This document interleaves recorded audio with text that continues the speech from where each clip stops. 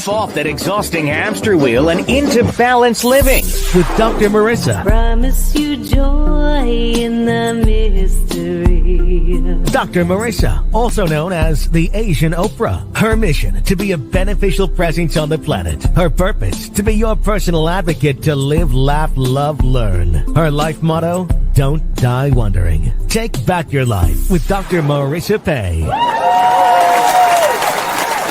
And welcome. You are tuned into Take My Advice. I'm Not Using It. Get Balanced with Dr. Marissa, the morning show here on NBC News Radio, KCAA, AM 1050, FM 102.3, FM 106.5, and streaming everywhere. iHeartRadio, Spotify, Stitcher, Amazon Music, Audible, iTunes, and more. Because I'm on a happy 88 mission, and that means 88 million more happy people in the next 8 years. And I have to work doubly hard thanks to the pandemic, but I'm always up for a challenge. And I'm so delighted that you are joining me, Dr. Marissa, also known as Asian Oprah. And I was actually introduced that way to Oprah by Michael Bernard Beckwith, my big brother, the founder of Agape. So that's a little about me. You probably already know. Thank you for continuing to show support for a show about hope and happiness that balances out all the bad news out there with some good news. And today's no exception. It is January the 30th. Yes, we are coming to the end of another pandemic year, 2021. And what day is it? I go to my trusty nationalday.com for my education and illumination on how special the day is. And there's two special national holidays today on December 30th. One is National Bacon Day. Believe it or not, bacon gets its own day. And I love what they write here. You can eat it on a burger if you're ready for a major calorie fest, or you can crumble it over a salad if you're trying to be kind of healthy. But let's be honest, nothing is healthy with bacon on it.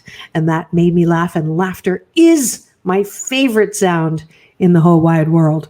Now, let's look at some history of National Bacon Day. First created in 1997 as a way to take a break from celebrating the traditional winter holidays. The consumption of pork dates back thousands of years to 4900 BC, where the Chinese domesticated pigs and preserved pork bellies with salt. This practice is believed to have made its way to Romans and Greeks through conquests in the Middle East, and by 1500 BC had largely impacted both production and preservation of pork in the Roman Empire. Ancient Romans' early form of bacon, or patasso, was pig shoulder broiled with dried figs, browned, and served with wine. The word bacon can be traced back to various languages from before the 12th century, most notably from the French word bacco, the Germanic bacon, and the Old Teutonic word bacca, all of which specifically refer to the rear of the pig. God, I love this. During the 16th century, the word bacon was used to refer to any kind of pork. It wasn't until the 17th century that bacon was used solely to refer to the salted and smoked pork belly that we know today. The popular phrase, bring home the bacon, can be traced to the 12th century in the English town of Dunmow. The church promised to reward a side of bacon to any married man who swore before God and the congregation that he would not quarrel with his wife for a year and a day. Wow, I just love learning new things. And this is a way to combine New Year's resolutions with bacon. So anybody want to take the challenge to not quarrel with their significant other for a year and a day, can message me. And if you do, you'll get a free my Happy 88 meal. That'll be your Asian Oprah giveaway. It's valued at $88 and you'll get it for free. If you go to drmarissa.life and put bacon as the keyword, and you'll get my Asian Oprah giveaway and Happy 88 value holiday meal. How's that? So, you know me about the deliciousness of life. National Bacon Day means that you can savor and be one with your bacon and enjoy that salty, crispy, or chewy taste any way you like it, because Dr. Marissa is giving you permission on National Bacon Day to have bacon. I didn't say a whole lot, but you can have bacon guilt-free. All right. And it is also National Resolution Planning Day. So, how many people do you think are successful in keeping their New Year's resolution for the first month? Only 1 in 3. That means the majority do not keep their resolutions past 1 month. Interesting. And what do you think are the 5 most common resolutions? If you said save money or spend less, learn something new, that made me feel wonderful and happy. 3, quit smoking. 4, read more. And 5, change jobs. That's from a survey of 2,000 people. I don't know exactly where, but that's on nationalday.com, who kindly, and probably doesn't even know that I talk about them every single day because I love the way that they capture the national holidays that I get to share with you. And I hope you find it interesting, if nothing else, educational, and it gives you permission to do things that you want to do, like eat bacon, and don't want to do, like New Year's resolutions. So I'm going to pitch you now a New Year's resolution that does not require you to stop eating the things that you do. In fact, you can have all of your favorite foods. You can even sleep in. You can even not work out. This particular resolution has to do with putting your money where your mouth is, which means registering for the 21-day fast from complaining. I am here to tell you that this particular resolution that I started July 1st, 2011, give you a little bit of history. I actually heard about this particular practice from Edwene Gaines. She was a beautiful speaker on the Agape stage and super funny. And she said that if you do not complain for 21 consecutive days, you will reach spiritual transcendence. Well, any kind of competition, you know I'm all about, because I'm just a wee bit competitive. It's not whether you win or lose, it's whether I win or lose. But also spiritual transcendence. Come on, that sounds cool. So I tried it and I failed, but I started the fast, and we started with about 40 people. We're now over, I think we're double digits, thousands. I didn't make it actually official where you have to register until last year. And the way it goes is a lot of people would start it and they wouldn't have a whole lot of incentive to keep with it. So about a year ago, I thought, you know what? Or maybe it was 2 years. I don't remember. Hashtag COVID confusion. But anyways, more recently than 2011, I said, if you donate $21, or if you register with $21 at my website, drmarissa.life, it goes to my nonprofit, A Ways to Happiness. And then if you are able to not complain for 21 consecutive days, then I will double your money and you get $42. No one has been able to do, that's not true. That's not true. 4 people had done it before registration has been official. Eva Glenn Atkinson from Kentucky, Daia Jordan from Long Beach, Janina Aravata from Japan, and then the only guy, Uwe Freyer, who did win the $42, and he kindly donated it back to my nonprofit. So only 4, 1 guy, 3 women. So if you love a challenge, this is it. And the 21-day fast from complaining is actually an amazingly good life habit. And I've had feedback from people who say, you know, this really helps. I wasn't able to stay the full time, but what a difference it made. There is a warning label to this fast. You may laugh more, smile more, have better relationships. And I did have a couple say that their sex life improved. Therefore, there's a plethora of reasons to join this 21-day fast from complaining.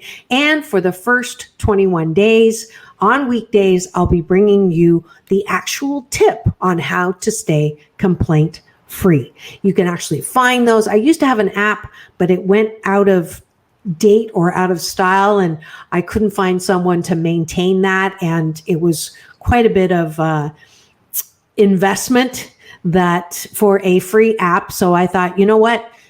I'll put it out there. If anybody is really good at app making, they just need to update it. But in the meantime, you can get all of the 21 days on my playlist on my YouTube channel that I keep harping on you to free subscribe. You can get all of those tips day 1 through day 21 if you just Google Dr. Marissa and 21-day fast.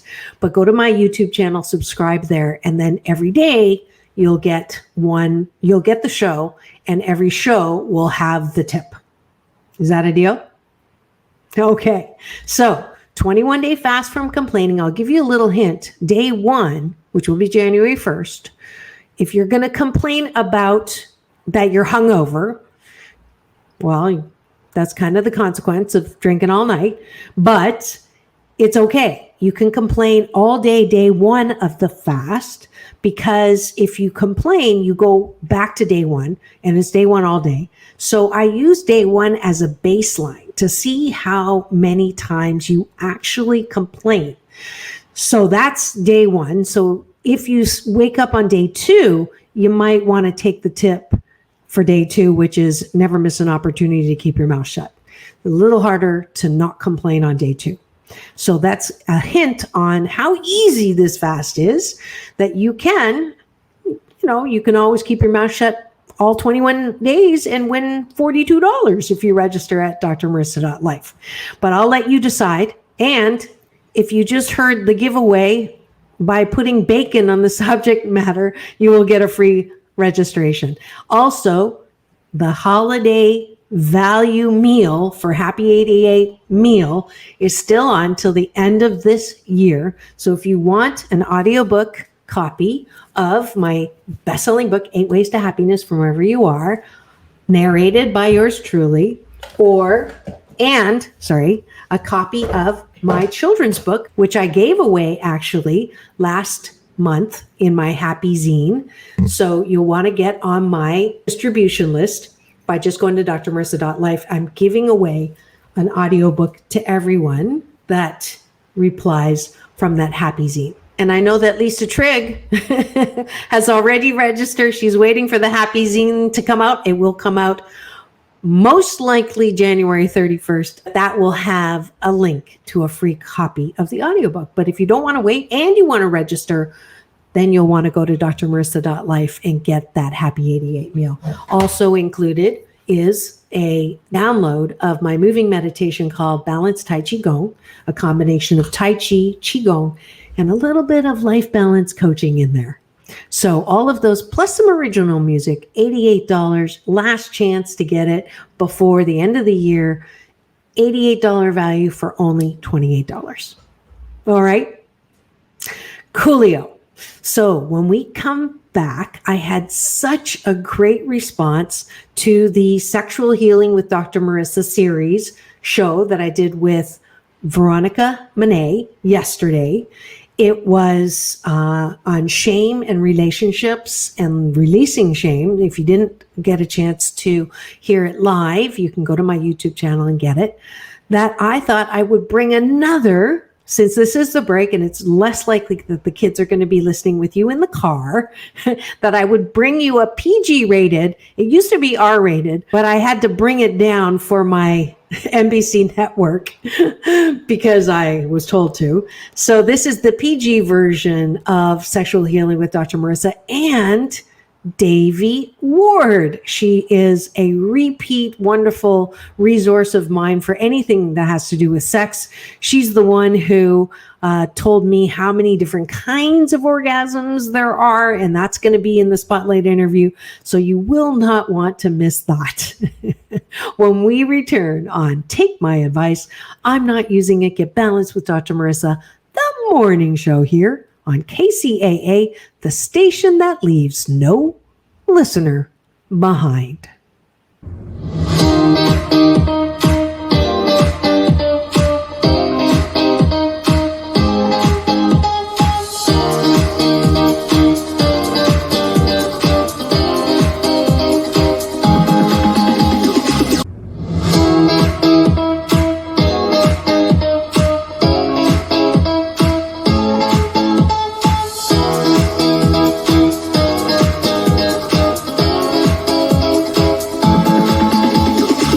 Take back your life with Dr. Marissa Pay.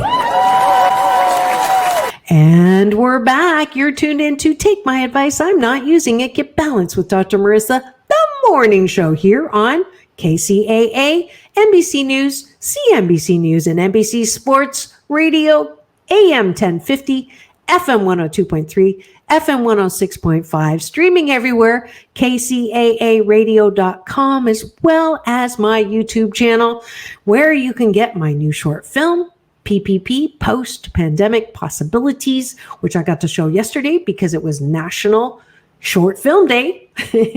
But you can get that on my YouTube channel just in its whole form. Please feel free to use it in your schools or in your organizations. I can come along with it and give you some participant guide questions as well as discussion on how we return back when we need to the workplace, and how we can do it with a different set of glasses in how we see people and relationships and diversity and inclusion and all of that kind of good stuff. So that's on my YouTube channel, as well as my red carpet playlist with interviews with Olympic winners, with actors and actresses, and Layla Ali and Halle Berry, John Travolta, Quincy Jones, and more. All right. Now, as promised, we're going to go to another sexual healing with Dr. Marissa, because I'm determined to make pleasure a G-rated topic with Devi Ward. She's another sexpert with much information and solution with all the hangups you may have about sex. Enjoy. Today I have brought my co-presenter from the California Women's Conference and past guest to be my co-host today to continue what we started on stage, breaking the sex ceiling. That was our topic at the California Women's Conference last month, I believe it was. Yes, it was, right? It's like sped by. Devi Ward is an internationally recognized Tantra and female sexuality expert, and one of 2 people in North America qualified to teach the secret Tibetan 5-element sexual tantras, which stem from a 2,600-year-old lineage of Tibetan tantric Buddhism. She has her own talk radio show called Better Love and Sex with Devi Ward. And after I had my exploratory call with her and found out that she was introduced as the Oprah of sex, and I am introduced as the Asian Oprah because of all of my past Oprah guests and winning the Asian Entrepreneur of the Year award last year, I knew it was a match made in Oprah-dom. For heaven. I knew we were destined. So please, without further ado, welcome Ms. Devi Ward. Hey, darling. Hey there. It's so good to connect with you. I'm glad we are doing this because we can't seem to find time to connect unless we're doing a show together. So at least we have a show, right? Yeah, we can get all caught up on each other's gossip and scandal during the radio show. That's we live and love out loud, right? Absolutely. If we can't use the show for any other purpose, it's to catch up. And and so today I wanted to talk about 2 things in particular. One is about shame in sex, and we touched upon it the last time you played with me on the air. And then the other one is Pleasure Education 201. We're moving from 101, the introduction, and we're going to 201 because I want us to take some time and discover and explore and have you educate us about the 11 different kinds of orgasms that women can have. Mm-hmm. All right? So that is some good stuff. Yes, it is. Are you ready? Yes. Here we go. So, first of all, I have to. I love this book. This is this is your book, and I've been reading through this book, and I'm going to start big. This is Shake Your Soul Song: A Woman's Guide to Self-Empowerment Through the Art of Self-Pleasure. And in this book that I've been reading along, and I totally am literally on the same page as you, and I love the way that you talk openly about what most women are experiencing when it comes to sex. Mm-hmm. So here I'm going to read from page 65 because it's like a great way to just launch into the whole, the shame / the embarrassment / how we don't talk about this, and we actually don't heal from it because we don't think we deserve it. So here we go. Please keep in mind that the average time of sexual penetration, penis and vagina, is a mere 2 to 7 minutes, and thus many of us have simply never had the time to discover what and where our sexual 10 spots are. And we'll talk about 10 spots too. We simply have no frame of reference for any kind of sexual pleasure experience other than the one we're accustomed to having on a regular basis. In short, we don't know what we don't know. So the last time you said it takes 20 minutes for women to actually feel like they are ready, right? Not necessarily. No, Okay. This is the key. Okay. So because women have such a complex network of erectile tissue internally, right? Okay. So it's like I've said, we have innies and men have outies. We Right. have as much erectile tissue internally as a man has externally, but it takes us anywhere from 20 to 45 minutes to become fully erect. So that's fully erect. That's like full hard on, right? So absolutely, we can experience degrees of pleasure up until that point. Mm-hmm. But I'm going to say, so if we think of our pleasure on the scale from 1 to 10. So 10 is like when we're fully engorged, fully erect. It's just like, it is mind-blowing. It is literally scientifically proven to be mind-altering when we experience that much pleasure. Because most women have never had the experience of allowing their bodies to become fully erect, either because, they didn't know how to do it or their partners didn't know how to do it, whatever the case is. Most women, the most pleasure that they've experienced, I would say, is about a 2 or 3 on a scale from 1 to 10. Okay. Yes, so exactly. 10 spot is like out of this world, mind blowing, and not just on sex, any kind of pleasure. 10 is the ultimate, and 1 is not very much. Absolutely. 10 is like penultimate. It's like, wow, to go beyond this would literally, my brain would melt and fall out of my ears. It's the best it can be in that moment. Okay. And I think this is a moment that I want my listeners to actually practice this, because it's a great scale that you introduced me to at any moment check in with yourself and say, where am I on a scale of 1 to 10? So you're very conscious. It's a wonderful way to be mindful. So on a scale of 1 to 10, Devi, right now, where are you? I am at about a 7, Okay. actually, at a scale from 1 to 10. I'm feeling very comfortable. I've got lots of pillows behind my back. I'm sitting really comfortably. I'm enjoying myself in this interview. I think the only thing that would make it a 10 would be to be like having sex right now, but that wouldn't be appropriate on your radio show, so. Well, only because we have cameras now. So maybe we'll get to that. That's like pleasure 901. That's like a PhD in pleasure in our pleasure education. That's the video instruction. Exactly. My poor sound engineer. And don't go away. We'll be back with more Devi Ward and sex education here on KCAA, the station that leaves no listener behind.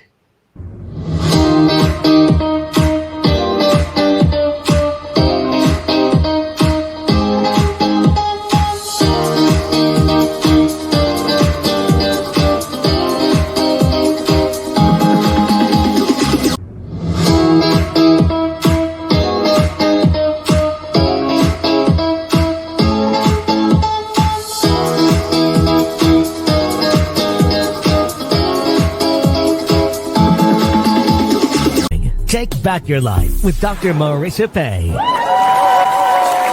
And we're back. You're tuned in to Take My Advice. I'm Not Using It. Get Balanced with Dr. Marissa, the morning show here on NBC News, CNBC News, NBC Sports Radio, KCAA, AM 1050, FM 102.3, FM 106.5, and streaming everywhere.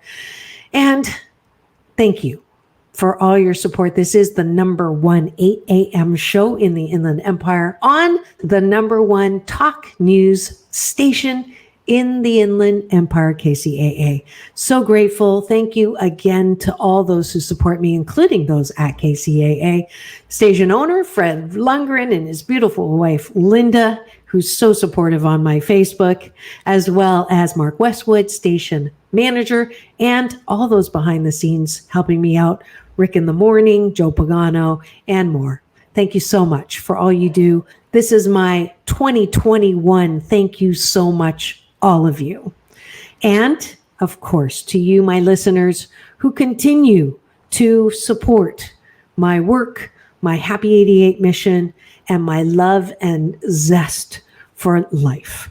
And returning now for the rest of the show, my spotlight interview with Devi Ward, sex education sexpert, and all things that have to do with pleasure and loving pleasure as one of the gifts that we get from life. Enjoy. So now we go back to the sex. So if it takes the man 2 to 7 and it takes the woman 20 to 45, therein lies one of the ways, if I look at this as an opportunity, to take care of ourselves better in the bedroom. So if you're having sex with a guy or a woman and you know, and I'm going to go back to the book. So I myself, were a classic, and this is obviously an R-rated, X-rated show today. So I'm actually going to use the F word. So because you have an expression here called you through it. Yes. Okay. So what does that mean? That means we tend to ignore our pain, or shall we say we tend to ignore what would enhance our pleasure for the purpose of just getting through it, just getting through the experience. Okay. So I use it in the context of sexually. So how many of us women have had a sexual encounter where it was a little bit dry and it was chafing and we would have really enjoyed some lube, but we didn't ask for it? Or we're in a position that's not uncomfortable, but it's probably going to be over soon and we don't want to say anything to interrupt the experience, so we basically don't advocate for our own comfort or our own pleasure. Yeah. Or, classic example is man or partner. It doesn't have to be a man, partner giving us oral pleasuring or, genital stimulation, whether it's with their fingers or their tongue. And they're kind of on the right spot, but they're not quite on the right spot. And instead of actually communicating to them about, hey, a little bit softer, a little bit, harder, a little bit to the right, we just through. We just lay back and moan and pretend that it's perfect, even though, one small tiny adjustment would make it exquisite. But we don't communicate that, or we attempt to communicate it with body language, which in my opinion is like trying to play charades while you're having sex. It's just ineffective and it doesn't work for either partner. It's like a shot in the dark. Maybe they'll understand what my hips moving means, but maybe they won't. Right? So very rarely are we inclined, or do we feel, I want to say, I'm going to use the word permission. Very rarely do we feel, as women particularly, that we have permission to advocate for our own pleasure. Yes. So this shows up specifically in the bedroom, but it also just shows up in our everyday life. Mm-hmm. How often do we really ask for what we want when we want it? Right. Which is exactly why I do this series. I mean, what you just said in the last 3 minutes, I see hands going up all over Radio Land right now, mine included, because it is true. Most of us don't ask for what we desire or want, or we don't even know what feels good or what we desire or we want. Because I absolutely fall into that category of, I'll take care of myself later. For some stupid reason, I think it's more important for him to feel good or reach his climax, and, it's like I take too long. I mean, that's this horrible BS belief system, bullshitaki, that whenever I am in that kind of situation where I'm having sex or making love, and even when I'm having sex, I'm still reticent to say, "Oh, wow, can you do that a little longer?" Or, "Oh, that feels so good," or, "Why can't we?" And that's why we're talking about this. And thank you to all of the people who have messaged and sent me emails saying, "I'm so glad you're talking about this," because we still don't want to put this moose on the table. Like, oh, we shouldn't talk about this. But we have to talk about this. We have to be able to. And I actually did one of your exercises in your book where I asked my partner, instead of doing the regular, talking a little, having some kissing, and then going at it, I said, can we try this conscious awareness exercise? And so I wanted to share it with my listeners, where you touch you correct me on this, but you go from the top to the bottom and you just touch, and you really feel what it's like to be touched and what it feels like to touch from head to toe, and then you turn them over and then go from heel back up to the head. Is that right, or did I get it the other way around? You go up the back and down the front. Up the back and down the front, and just that much. I know I was much more in my body, and I felt like I could say, "Oh, that really feels good. Do that for a little longer," and that gave me permission. And what was interesting was, I was embarrassed to ask for it because I thought, I don't even know if he's going to be into it or want to do it. And he's like happy because he wants to know what makes me feel good. But I'm the one blocking. I'm the one saying, it takes too long, or I take too long. Or yes, and this is the wonderful thing. So a lot of the way that we're socialized, and you're totally correct in this, a lot of the way that we as women are socialized in our sexuality is to please the man. We need to keep him happy. And, and I'm going to say mainstream porn culture perpetuates this myth because it's all about the male ejaculatory orgasm. It's all about, right? Very, very little about the whole process of female sexual arousal. And yet, this is the thing that I love in talking with men. I love this about you men out there. I just love it. I love it. I love it.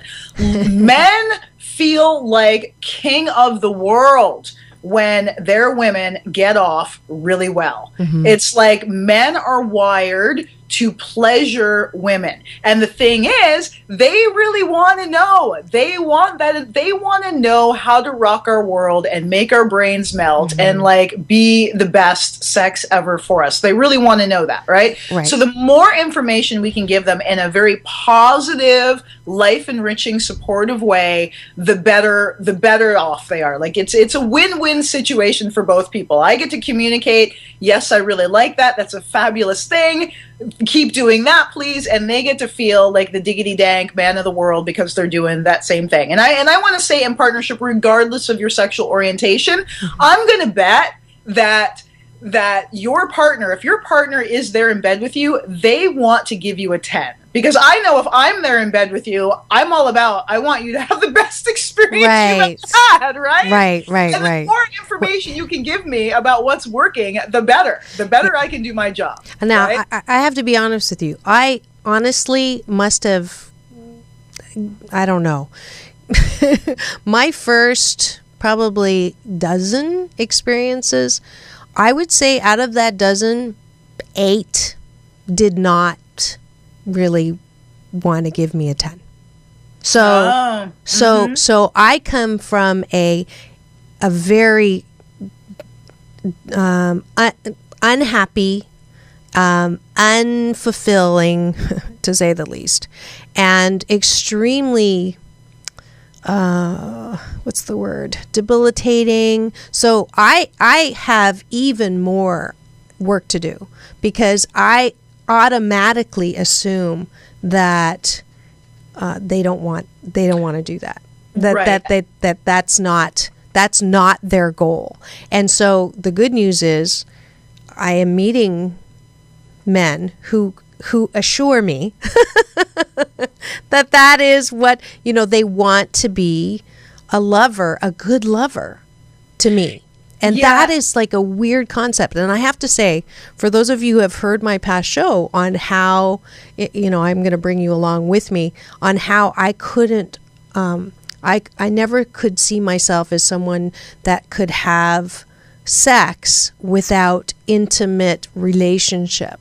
I'm starting to rethink that. Not that I'm going out and, anything goes, but I know myself enough, and I'm honoring myself knowing that I've had those 8 out of 12 or 10 out of 12 really bad, relationships, committed relationships, that it is something that, I'm being more open to, what would a lover, how that would help me heal in this area, and so I just wanted to share that. And thank you for sharing that. And you bring up a good point, because you're right. I mean, I think we've all had experiences being in relationships with partners that weren't really invested in our pleasure, and perhaps we weren't invested in their pleasure. So I do want to say that, for me, that's a really good signpost as to whether or not a relationship is healthy. Right. Because sexuality is an area where we tend to overlook. We overlook it to make everything else work. If the marriage is okay, or we got bills to pay, or whatever. But if we're unfulfilled in our relationship sexually, we're going to be unfulfilled in every other area of our life. I think most people, unless you're categorically an asexual person. But if our sexuality, for most people who are, have a healthy relationship or moderately healthy relationship to their sexuality, lovemaking is an integral aspect to having an intimate relationship. Yes. Otherwise, you're friends without benefits, right? Right. So it's kind of like the glue that holds an intimate relationship together, the sexual intimacy. Yes. And if you're not on the same page with it, and you're not willing to get on the same page with it, it's going to be a tremendous source of suffering for one or both of you. Okay. Yes. So my key question isn't that I expect, my partners to show up like fully trained, like these amazing tantric whatever. My invitation is that they show, or my desire is that they show up willing to learn, and I'm willing to learn, right? Because everybody is different, and I like to say that sexual pleasure is the game that we play as adults. Yeah. When we grow up, when we were kids, we used to make mud pies and wooden forts, and now we're adults, and the game that we like to play is sexual pleasure and sexual intimacy. So, how much fun can we have while playing this incredible game together? And there's so much potential for growth and healing and love and expansion, and it takes two. It literally is a dance. Yeah. And so if you're with a dance partner who really does not want to dance with you, then you're not going to have very much fun. Yeah. Absolutely. And I think that is a good criteria. It's if you don't, I had someone actually email me and share that it's that as a result of talking about this, she's very aware now of how bad the relationship is, and that she wants to have a fulfilling sex life. And it is true that I think it's another BS belief system that it's only really good, in that dating phase or in the honeymoon phase, and then it just sort of falls off. Like you said, it's glue. It's the glue. And if we can't get that glue going, and here's I think, my guess is a gender difference. So most women like to improve a relationship through talking and communicating, and I feel, and would you honor, and how are you feeling, and what are you thinking? I think most men, if we communicated with the body the way that we want them to communicate with the speaking, I think that meeting in the middle would also help. That there's that touch factor. And I mentioned on, I think it was the last show, that, when we're nagging and we're complaining and they can't do anything right, that's not fulfilling for foreplay. Well, no, it's not well, I mean, I love the idea of creating a win-win situation. I spent 4 days down in Northern California. I guess it's up for you, but down for me, with the people at the Welcome Consensus, and they created the technique called deliberate orgasm, and which most people are practicing as orgasmic meditation. But they had a lot of wonderful key points, and I just want to give them credit whenever I spout out.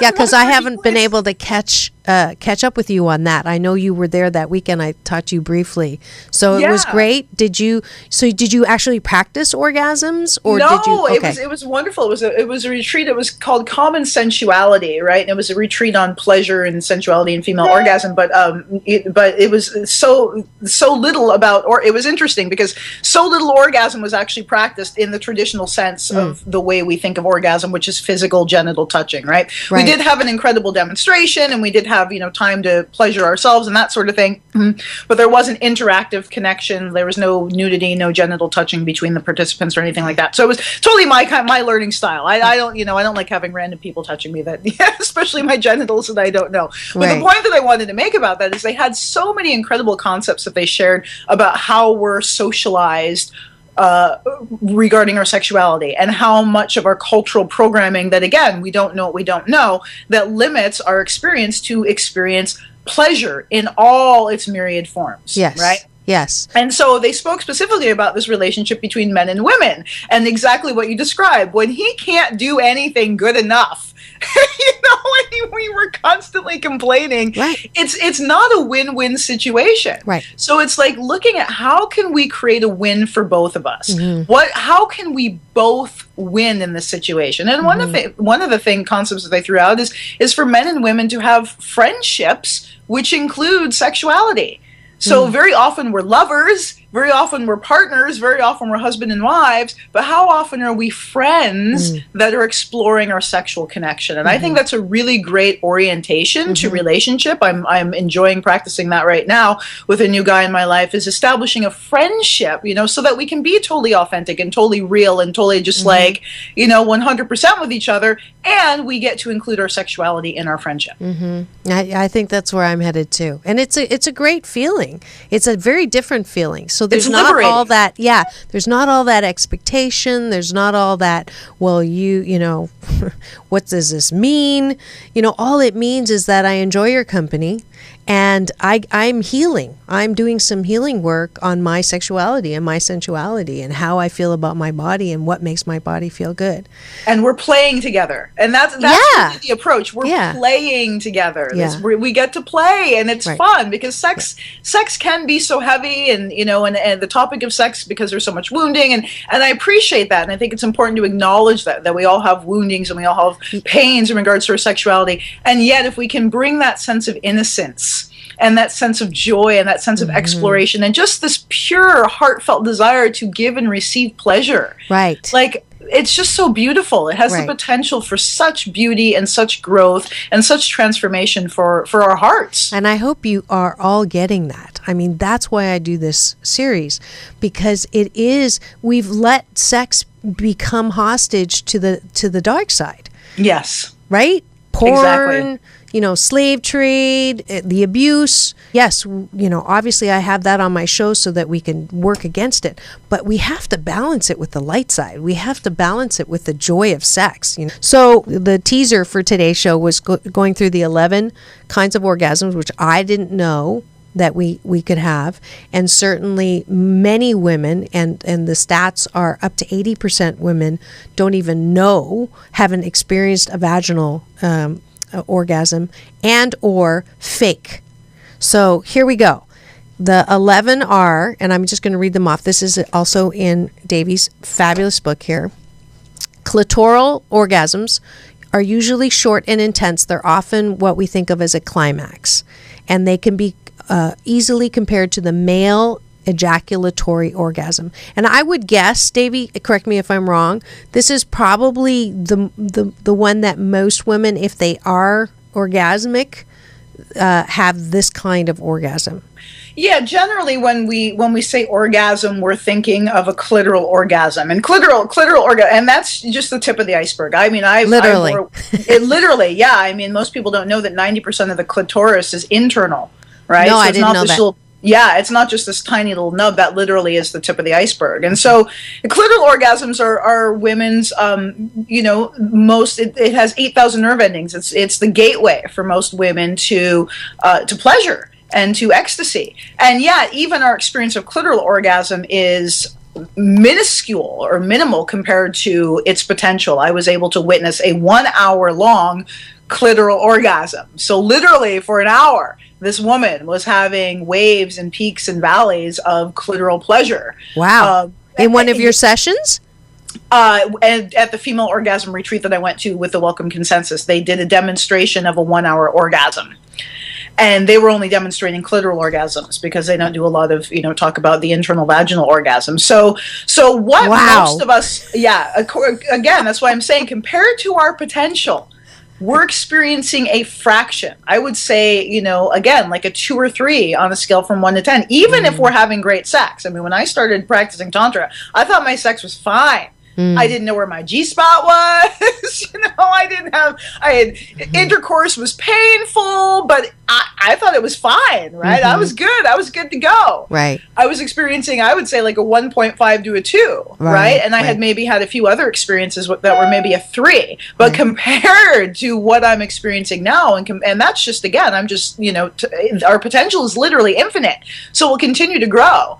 So for most people, our default sexual cultural conditioning, that's what it is. It's default. We receive no pleasure education in this culture. None. Right. Did anybody ever teach you how to kiss? No. Did anyone ever teach you how to communicate to your partner in bed? No. Nobody's doing that, right? Right. So all of our sexual education is default. And we learn it through peers. We learn it through porn. We learn it through the media. And that's all, again, it's all of our sources of learning are only experiencing a fraction of their sexual potential.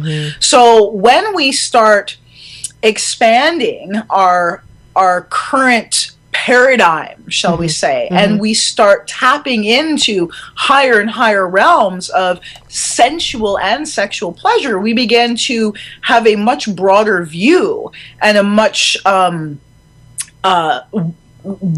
bigger, vaster, expansive approach to sexuality and to pleasure and to even orgasm and what that is.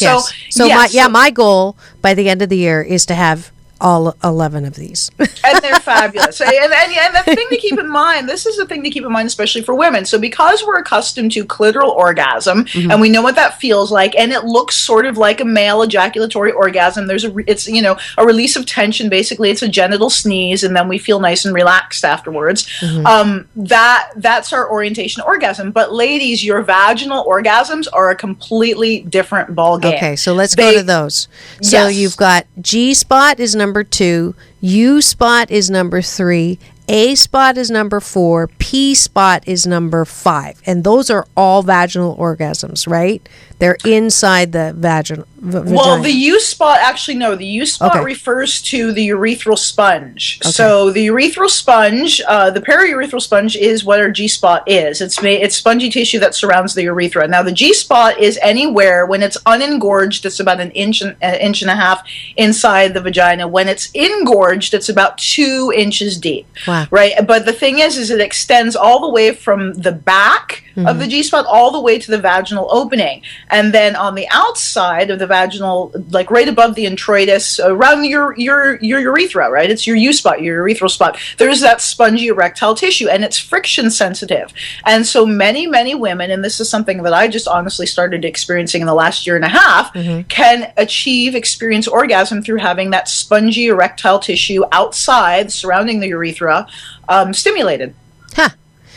Yeah. Now, do you need a flat? I'm trying to picture this. How do you figure out where's what? Well, it's a wonderful thing to take a mirror and look at your genitals, especially if you've never done that. And what's really fun and exciting to do is so I like to look at my whole, you can look at your whole, your clitoris and your inner labia and your outer labia and your urethra, your U-spot, and you can, see your vaginal opening, your introitus, and you can see a little bit of the G-spot sticking out, the front end of the G-spot. And you can do that when you're not aroused and not engorged, but then I invite you to like pleasure yourself or have your partner pleasure you for like 15, 20 minutes and then look. Oh my God, it's totally different. It's so amazing. It's so cool because it gets all puffy and engorged and you can see everything stands out. Well, I hope you learned something tantalizing from that interview. There's more. Devi actually came on, I lost count, I think 3 or 4 times, a wonderful repeat guest. If you'd like to hear more of her interviews with me, please go to my YouTube channel, free subscribe, and take us anywhere and listen. And this is the end of show number 607. This is the end of the show. Sorry that I have to go. Anyways, that's the first time I've tried that one. This is Dr. Marissa reporting live from my living room during the pandemic, reminding you that it's all about balance. Peace in, peace out, world peace through inner peace. And please go forth and multiply the goodness that you are and have the best day ever.